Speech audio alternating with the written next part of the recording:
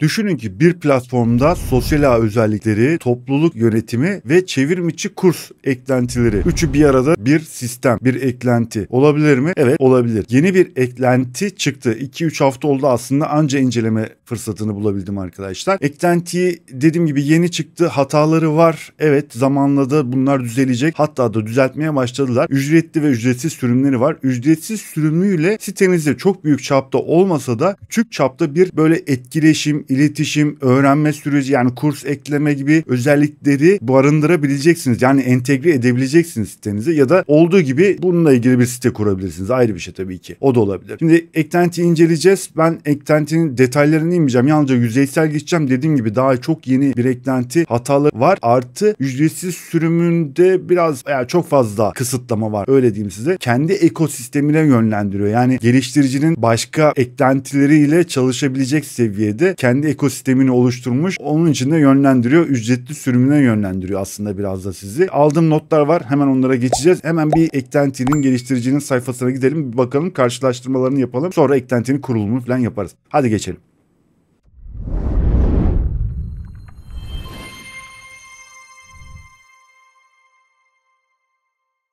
Geliştiricinin WordPress sayfasındayız. İnceleyeceğimiz eklenti bu arkadaşlar. Hemen Türkçesine bir geçelim. Türkçesi Fluent Community, tam teşekküllü sosyal ağ, topluluk ve LMS, yani online çevrim içi kurs eklentisi. Kurslarınızı paylaşabileceksiniz. Yani oluşturduğunuz kurslar falan varsa. Eksileri çok fazla, yani eksileri var, dezavantajları falan var, artıları var, bilmem ne falan, ama daha yeni bir eklenti. O yüzden güncelleniyor. Sürekli güncellenecek, zamanla da oturacaktır. Bu sayfaların linkleri videonun açıklamalar kısmında olacak. Lütfen girin arkadaşlar, okuyun. Geliştiricinin verdiği bilgiler var. Çoğu takipçimiz, arkadaşımız, ilgilenen arkadaşlar bu sayfalara girmiyor arkadaşlar. Okumuyorsunuz. O yüzden de çok sorular da geliyor. Aslında soruların cevapları geliştiricinin sayfasında ya da videonun içinde de söylüyorum, ama ne yazık ki atlayarak seyrettiğiniz için onları da görmüyorsunuz arkadaşlar, ya da duymuyorsunuz. Şimdi en alta doğru da inerken temel özellikleri falan var. Burada zaten şunu göstereceğim. Bakın, Pro sürümünde mevcut özellikler. Bunlar Pro sürümünde olması, bazılarının olması lazım da ücretsiz sürümde, ama yok, bunlar yok tabii ki, ücretli sürümüne yönlendiriyor.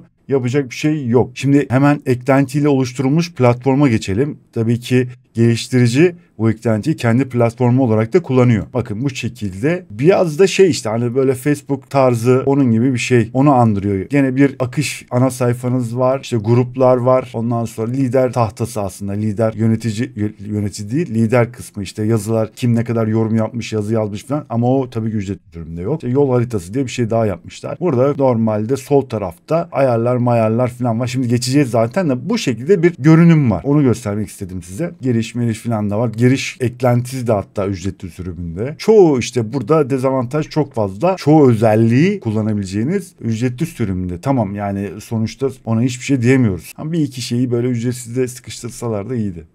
Şimdi ücretli ile ücretsiz karşılaştırmasını da arkadaşlar, burası da resmi kendi siteleri. Hemen ücretli ve ücretsiz karşılaştırmasına bakacağım. Bakın sayfanın en altında burada göreceksiniz free ve ücretli karşılaştırması. Bu tabloya girin arkadaşlar, bakın direkt hemen geliştiricinin sayfasından buradan da bakabilirsiniz aslında. İşte ne var, bakın mesela bu ücretsiz sürümde yok.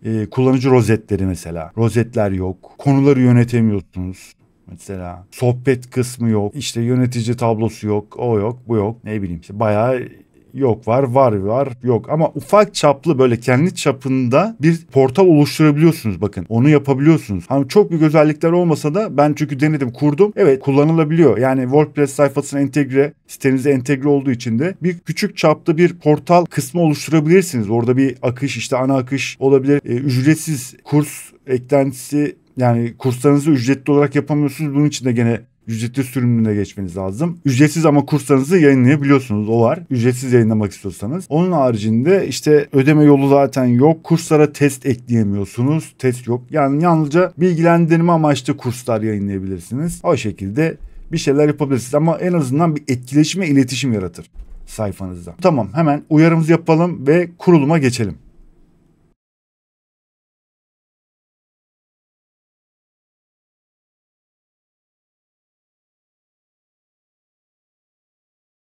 Eklentiyi test e-ticaret sistemde kuracağım arkadaşlar. Bu sisteme entegre edeceğim. İşte e-ticaret sistemimiz, testlerimizi yaptığımız kontrol paneline geçiyorum. Kontrol panelindeyim. Eklentiler kısmına gelip yeni eklenti ekle diyeceğim. Arama kısmına eklentinin ismini yazalım ya da yapıştırın. Orada çıkıyor. Dediğim gibi bakın daha yeni bir eklenti. Çok fazla bir kurulum yok. Yıldızlaması iyi. Ben gerçi bu eklentinin geliştiricinin SMTP eklentisini kullanıyorum arkadaşlar. Fluent SMTP, hatta bununla ilgili bir sürü de video var çektiğim SMTP ile ilgili falan. Hemen hemen her sistemde de kuruyorum. Gayet basit, kullanışlı geliyor bana. Lokalde çalıştığım için de ayarları öyle çok almış şeyleri yok. Güzel de çalışıyor. SMTP programını kullanıyorum ben. Eklentisini kullanıyorum arkadaşlar. Eklentiyi kuracağım ve etkinleştireceğim. Eklenti kuruldu ve etkinleştirdik. Şimdi sol tarafta hemen bakın buraya geliyor. Kontrol panelinde menüye geliyor. Hemen üstüne bir basalım. Böyle bir kurulum sihirbazı karşılıyor işte. Böyle bir kurulum sihirbazıyla gideceğiz. Şimdi eklentinin Türkçe çeviri dosyası var. Onu çevirdim arkadaşlar. Onun yüklemesini yapalım. Ondan sonra da devam ederiz. Kontrol panelindeyim. Hemen Loco Translate'e, evet, Loco Translate eklentilere geliyorum. Eklentimizi bulalım. Hemen o yükle diyorum. Geliştirici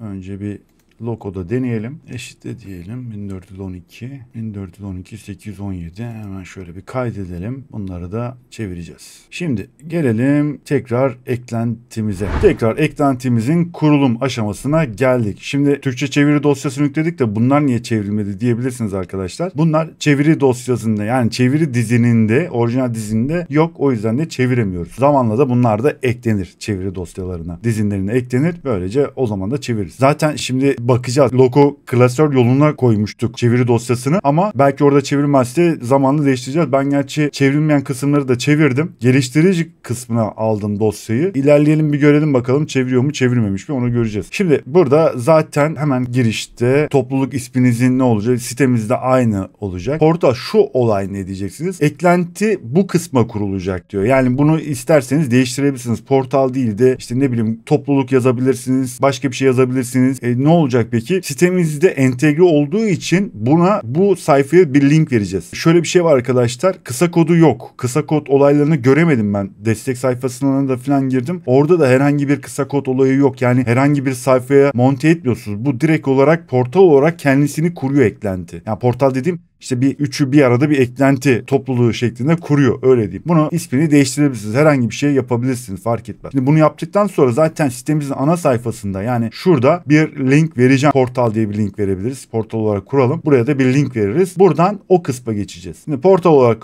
kalsın. Buraya bir tane logo, hemen bir logo yükleyeyim. Logomuzu da yükledik. Devam edelim. Burada soruyor. Akıcı bir topluluk şablonu seçin demiş. Uzmanlıkta hazırlanmış şablonlarımıza, yolculuğunuza başlayın. Basit mi olsun? Kurs şeklinde mi ya da ürün şeklinde ya da blank işte artık şeklinde mi olsun diye. Kurs şeklinde açalım ya da product mi olsun? Tamam, kurs şeklinde olsun. Devam diyorum. Oradan hemen kursumuz, bunları çevirelim. Kimler erişebilir diyor. Toplumda genel kullanıcılar. Bazı kısımlar ücretli versiyonu kullanmanız gerekiyor. Mesela eklentinin bir giriş sayfası var. Login, hani giriş kısmı var. Onu ücretli sürümde kullanabiliyorsunuz. Ne yapacaksınız? Kendi sitenizin artık giriş kısmıyla devam edeceksiniz. Ya da WordPress'in giriş, varsayılan giriş kısmıyla devam edeceksiniz. Evet, sitemizde herkes görebilir ya da yalnızca giriş yapmış kişiler görebilir şeklinde seçebilirsiniz. Burada geliştiricinin Fluent CRM eklentisi var. İşte e-posta, bunun da ücretsiz versiyonunu yüklüyor zaten arkadaşlar. Bir ürün falan satıyorsanız e-shop işte tarzında mesela bir siteniz var. Buna entegre edeceksiniz. Burada mesela ürünlerle ilgili ama onda da çok mesela CRM'de bu eklentide bildiğim kadarıyla ücretsiz sürümünde bakmak lazım tabii ki. Bu eklentiyi de incelemek lazım ama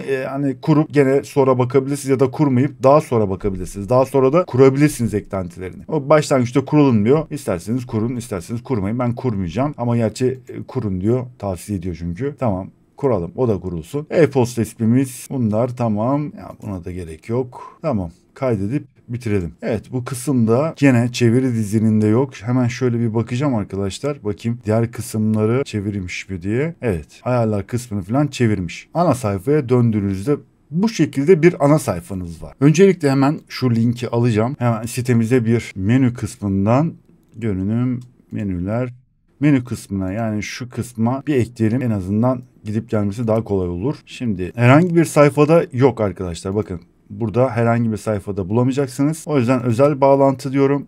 Buraya linki yazacağım. Buraya da portal diyeyim. Menüye eklesin. Tamam. Kaydedelim. Tamamdır. Yenileyelim bakalım sayfayı. Portal olarak menüyü aldık. Buradan bastığınızda direkt topluluk sekmenize, yani bu portal sekmesine ulaşabiliyorsun. Şimdi eklentiyle dediğim gibi bu kısım ne yazık ki çeviri dosyasında dizelerinde olmadığı için çevrilmiyor. Ama kısa yol gibi düşünün bunu mesela. İşte ayarlara, özelleştirmelere falan buradan da ulaşabiliyorsunuz. Buradan da geçebiliyorsunuz yani. Ama buradan da bakın sol alt tarafta ayarlar kısmı var zaten. Buradan da rahatça gene aynı şekilde oradan ulaşabileceğiniz yere buradan da ulaşabiliyorsunuz ayarlara. Şimdi ayarlara gelmeden önce bir akış sayfasına bir bakalım şöyle. Diğer sosyal medya, yani sosyal ağ sitelerindeki gibi, yani en başta Facebook gibi düşünün. Mesela Facebook gibi bir akış kısmı var. İşte gruplar var, kurs var. Kurslar, mesela oluşturacağınız kurslar, artı üyeler var. Üyelere mesela kim varsa onları görebileceğiniz kurslar. Eklenti kurulduğunda zaten varsayılan olarak işte böyle 2 tane kurs oluşturmuşlar. Ama zaten içleri boş. Bakın 0 bölüm 0 ders demiş. İşte gruplarda da aynı şekilde bakın burada zaten Start Here, Say Hello hesabı diye, yani isimlerinde 2 tane grup var. Kurslarda burada bu şekilde gösterebiliyorsunuz. Küçük çaplı sitenizde entegre olabilecek bir şey arıyorsanız bu kullanılabilir. O kadar şey değil arkadaşlar. Kötü de değil yani. Biraz eksiklikleri var. Yeni olduğu için bunlar da zamanla düzelir. Karanlık modu var. Işıklı modu var. Yani aydınlık modu var. Arama kısmı var bakın. Bu şekilde bildirimler gene eğer yazı yazıldığı zaman ya da takibi aldığınız yazılar olduğu zaman buradan bildirimlerinizi görebileceksiniz. Yani bir de şu var, dikkatimi çeken tabii ki biraz da portalın büyümesiyle alakalı olacak diye düşünüyorum. Geçişler bayağı hızlı baktığınız zaman. Bu da önemli. Buradan profilinize bakın, bu şekilde profillerinize, favorilerinize falan gidebiliyorsunuz. Profilinizi tamamlayın demiş. %40 demiş. Hemen bir bakalım. Buraya işte bir resim, arka plan, kapak. Ya bildiğiniz sosyal ağ işte. Sosyal ağ şeklinde bir eklenti. Buradan doldurup gene kendinizi, işte yazılarınızı, gruplarınız varsa hangi gruplardaysanız yorumlarınızı falan bu şekilde görebiliyorsunuz. Bildirim ayarları falan. Bana sorarsanız incelenebilir arkadaşlar. Takibi alın, inceleyin. Takipte kalın. Yeni gelişmelerden falan biraz daha düzeltmeler olduğu zaman, şimdi düzeltmeler derken ne gibi düzeltmeler olması lazım? İşte en azından bir kursa eklentisinde ödeme yolu ya da işte kurslarda bir test ekleme olabilir. Artı permalinklerde biraz sıkıntı var. Permalink dediğim kalıcı bağlantılarda. Orada bir düzenleme olacak diye düşünüyorum. Tekrar akışa gelelim, şöyle ana sayfa yani. Oralarda bir şeyler olabilir. Bakın bu şekilde düzeni değiştirebiliyoruz. Hemen şuraya bakın, başlık isteğe bağlı. İsterseniz bir başlık. Merhaba diyelim. Selamlar herkese dedik. Bakın burada nereye gönderilmesini istiyorsanız Start Here ya da Say Hello demiş. Oraya gönder. Hatta seçmeyelim bakın. Boşluk seç demiş. Gönder diyorum. Bakın göndermiyor zaten. Say Hello diyelim. Buraya göndersin. Buraya gönderdik. Burada yani. Başka ne yapılıyormuş? Ne varmış? Resim ekleme var. Resim ekleyebiliriz. Video var. Video ekleyebiliyormuşuz. Vimeo, YouTube, Wistia ve daha fazlasını yerleştirin demiş. Tamam. Anket, evet, anket seçeneği var. Güzel, gene olması gereken şeyler var. Başka mesela ana sayfada bunları yapabiliyorsunuz. İşte gruplar demiş. Hemen alanı görüntüle diyeyim. Selamlar herkese. Gruplar, evet, gruplarda şu an. Mesela beğeni var. Bakın beğeni var. Yorum var. Selam dedik. Gönderdim. Bakın bir beğeni almış. Onu gösteriyor. Favorileri ekleme var. Bakın yani bayağı özellikleri de var aslında. Kurslar kısmına, evet, kurslar kısmı, gruplara baktık. Kurslara bakalım. Kursu görüntüle diyelim. Bu kurs taslak durumdadır. Yalnızca modeli bilmem ne demiş. Kursa kaydolabiliyor muyuz? Dersleri düzenle. Şöyle dersleri düzenle diyelim bakalım. Buradan bölüm ve dersleri ekleyebiliriz. Bakın bölüm eklediğinizde bölüm ekleyebiliyoruz. Genel bakış yapılmadı. Öğrenciler. Bir tutor gibi ya da bir master study ya da LearnDash gibi, işte ne bileyim diğer LMS eklentileri gibi olmasa bile gene bir hani kursta temel özellikleri görebileceğiniz kısımlar var. Burada ücretsiz olarak mesela bir şeyler paylaşabilirsiniz. Kurs paylaşabilirsiniz, bence güzel. İyi yapmışlar. Kursu görüntüle, kursu silme, kursu düzenle. Eğitim başlığı. Burada bakın işte özel dediğinizde kilit ekran türü, gizlilik, gizli, herkese açık seçebiliyoruz. Gene dediğim gibi bakın özel dediğinizde kilit ekranı türü özel, varsayılan, menü grubu, yayınlanan, buraya bir resim ekleyip, evet, kilit ekranı, bunlar ücretli versiyonunda, bakın banner, buy now demiş, buy now demiş. Kurs bağlantıları, linkleri yönet. Evet. Güzel. Yani şu haliyle bile iş görür mü? Bence görür. Bir şeyler yapılabilir yani. Ana sayfaya dönelim. Bir de üyeler var zaten. Ana menü, yani şu üst menü bu şekilde. Burada da işte aktif olanları falan görebiliyorsunuz. Artık bir ayarlara bir bakalım. Yani bu kısımda bakabileceğimiz, görebileceğimiz şeyler bunlar. Ayarlara bir bakalım. Ayarlar kısmında portal genel ayarlarda bildiğimiz şeyler işte logo, isim filan, portal erişimi, yalnızca işte bakın seçili kullanıcı rolleri demiş. Buradan erişim rollerini falan. İsterseniz kendiniz ait yani sitenizdeki rollere de yalnızca onlar için de yapabiliyorsunuz bunu. O da güzel bir özellik aslında. Başka mesela herkes diyelim buna. Giriş kayıt formu. Özel giriş sayfası kullandığınızda bakın şimdi şöyle bir şey evet kullanabiliyorsunuz ama özelleştir dediğinizde bu ücretli değişiklikleri kaydet dediğinizde böyle bir giriş sayfası var aslında ama bunu ücretli versiyonda kullanabiliyorsunuz. O yüzden normal bizim varsayılan yani sitemizin kullandığımız giriş sayfasını kullanacağız sonuçta. Ayarlar, özelleştirmeler hemen hızlıca geçeceğim. Çünkü detayları indiğimiz zaman çok uzayacak. En azından bu eklentiyle ilgili biraz bilginiz olsun amacıyla incelemek isterseniz arkadaşlar. Çünkü ben detaylı anlatmayacağım bunu. Biraz daha geçmesini bekleyeceğim. Eklenti biraz daha oturtun. Ondan sonra detaylı bir şekilde kurulum yani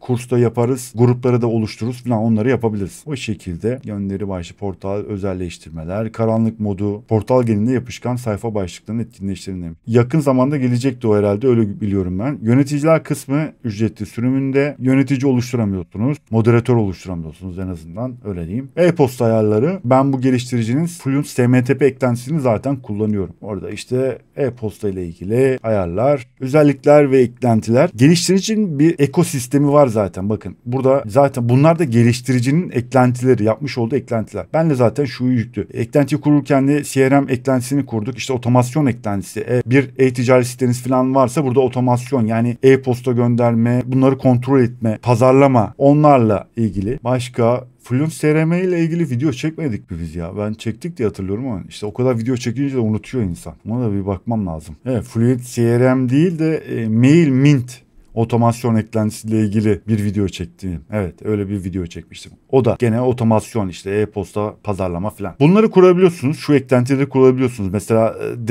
akıcı destek demiş. Support beyaz masa dediğimiz olay herhalde bu.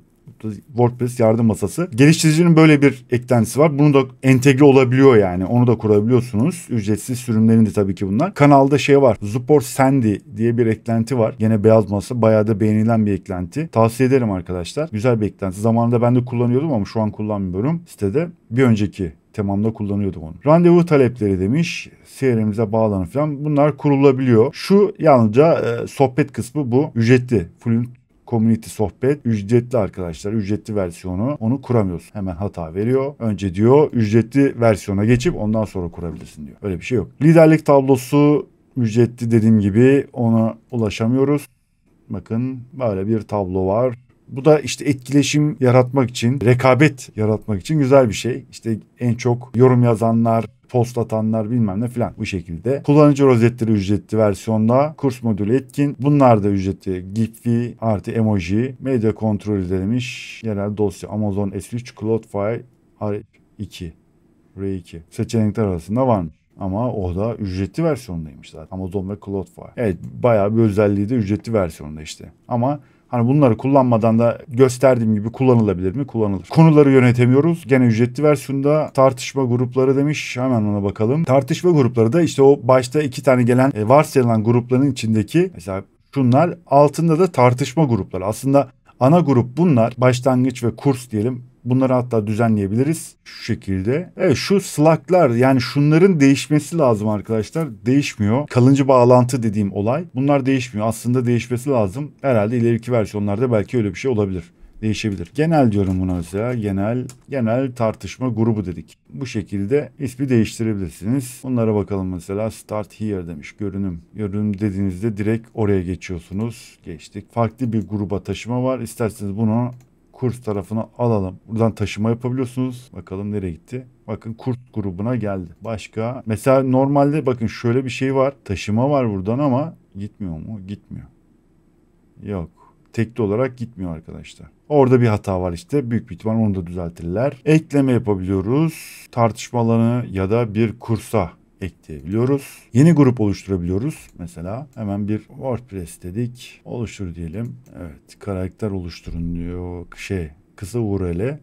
WordPress diyelim. Tartışma grubu başarıyla oluşturulmuş. Bilgileri düzenle. Tamam gene aynı. Tartışma alanı kısmında mı olsun yoksa kurs kısmında mı olsun? Peki WordPress grubu bir alan türü seçmiş. Yani tartışmalı. Tamam, tartışma alanı. Buradan mı seçeceğiz? Tartışma alan başlığı. Tamam, menü grubu olarak buradan seçiyorsunuz. Bakın bunlar değişmiyor. Kurs değişmedi mesela. Niye değişmedi? Ona bir bakalım. Değiştirmedik. Ondan mı? Evet. Bilgileri düzenle. Şöyle kurs diyelim. Doğru. Kısa yollar değişmiyordu arkadaşlar ya. Kısa URL Slack dediğimiz onlar değişmiyor. Tamam, bir şekilde kurslar genel WordPress. Yani buradan tartışma alanı, sonra işte eklenti dedik. Buraya kısa URL'si özel, herkese açık. WordPress sadece üyeler. Bakın buradan seçebiliyorsunuz. Devam et diyorum. Özelleştirme, boşlukta sakin boşluğu göster bilmem ne. İşte buradan şey yapabilirsiniz, ayarlayabilirsiniz. Oluştur, tamam.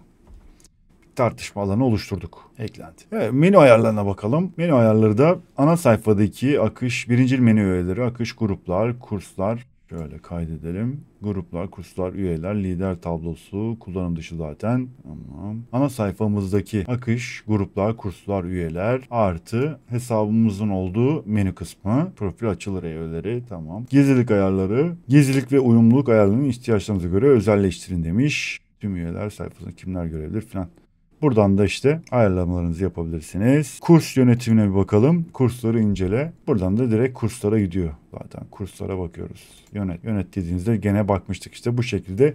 Derslerinizi, müfredatınızı, test özelliği yok arkadaşlar. Sınav falan test ekleyemiyorsun. Şu an yok öyle bir özellik. O da zamanla gelir herhalde. Renklerle ilgili bakalım şöyle. Renkleri bir özelleştirme yapabiliyormuşuz. Onlara da bakalım. Açık, varsayılan demiş. Mesela şöyle gün batımı. Evet. Okyanus mavisi. Öyle değişik, hatta özel de varmış. Özelde kendiniz de değiştirebiliyorsunuz. Ayarlayabiliyorsunuz arkadaşlar. Ama bir dakika, Save Settings Pro. Evet, şöyle yapacağız o zaman. Gün batımı varsayılanı seçiyorsunuz ama kaydetme olayı bakalım. Şu gün batımını seçelim. Save Settings dediğinizde bakalım. Evet, Pro versiyon istiyor. Yani bu da çok saçma olmuş. Hem yani renk şemalarını bu şekilde gösterip de evet, o biraz saçma olmuş yani. Zamanla düzelir. Yani saçma derken dediğim gibi yeni bir eklenti, hataları ve bug'ları falan işte böyle ufak tefek şeyleri vardır. Umarım zamanla bazı şeyleri de, yani tamam evet ücretli versiyonda olabilir bazı premium özellikler. Normalde standart bazı şeylerin de ücretsiz sürümde olması lazım diye düşünüyorum. En azından insanlar biraz test etsin, baksın. Durumu varsa muhakkak zaten destek olmak için de ücretli versiyonlarını alırlar diye düşünüyorum ama hani ben tavsiye tabii ki etmiyorum. Yalnızca eklentiyi anlatıyorum burada. Ne gibi özellikleri var, ne yapıyor, neydi, ücretsiz sürümünü anlatıyorum zaten. Ücretli sürümünü anlatmıyorum. O artık sizin bileceğiniz bir şey. Yani başka da gösterilecek bir şey yok gibi. Notlarıma bakayım. Yani notlarımda da herhangi bir şey, tamam, hepsini söyledik zaten. Sosyal topluluk ve LMS yani kurs eklentisini bir arada sitenize entegre etmek güzel bir şey. Etkileşim ve iletişim bakımından bir topluluk oluşturmak gayet bence olumlu. Siteniz için olumlu. Eklenti dediğim gibi yeni. Yeni olduğu için ufak tefek hataları var ya da işte ücretsiz sürüm biraz fazla kısıtlı. Bunlar zamanla da oturur diye düşünüyorum, zamanla. O yüzden de takipte kalın arkadaşlar. İlla bu eklentiyi kuracaksınız. Kurun demiyorum tabii ki. Bir inceleyin, bir bakın. Varsayılan özellikleriyle de ufak çaplı bir şeyler yapılabilir. Bir topluluk, grup falan oluşturulabilir. Orada bir etkileşim yapılabilir. Ayarları gördük zaten, inceledik. Sitenize üye olanların gösterebileceğiniz bir kısım yapabilirsiniz mesela. Ya da sitenizdeki rollere göre bir portal oluşturabilirsiniz. Değil mi? Yapılabilir yani. Bazı şeyler, farklı şeyler yapılabilir. Elimden geldiğince anlatmaya çalıştım. Dediğim gibi bir iki haftayı geçmiştir tahminimce. Fırsat olmadı, anca yeni fırsat oldu, inceleme fırsatı. Birkaç tane yabancı kaynağı da seyrettim, hatta orada da baktım. Çoğu denilen konular. Ben de işte gözüme çarpan alanları da size göstermek istedim size de. Umarım faydalı olmuştur arkadaşlar. Umarım beğenmişsinizdir. Eğer beğendiyseniz lütfen bir beğeni atın. Yorum yazarsanız da çok sevinirim tabii ki. Paylaşmayı da unutmayın. Hatta kanalda şöyle diyeyim, bu tarafa koyuyorum. Bir tane sosyal ağ eklentisi incelemiştim arkadaşlar. Pepso diye bir sosyal ağ eklentisi var. O da bayağı güzel, ilgi çekici. Hatta o sırf böyle sosyal ağ, topluluk sayfası oluşturmaya yarayan bir eklenti. Tavsiye ederim. Buradan da ulaşabilirsiniz. Onu da seyredin bence. Hem bir fikriniz olur. Onu karşılaştırma falan yapabilirsiniz arkadaşlar. Bir sonraki videoda görüşmek üzere. Kendinize iyi bakın. Hoşça kalın.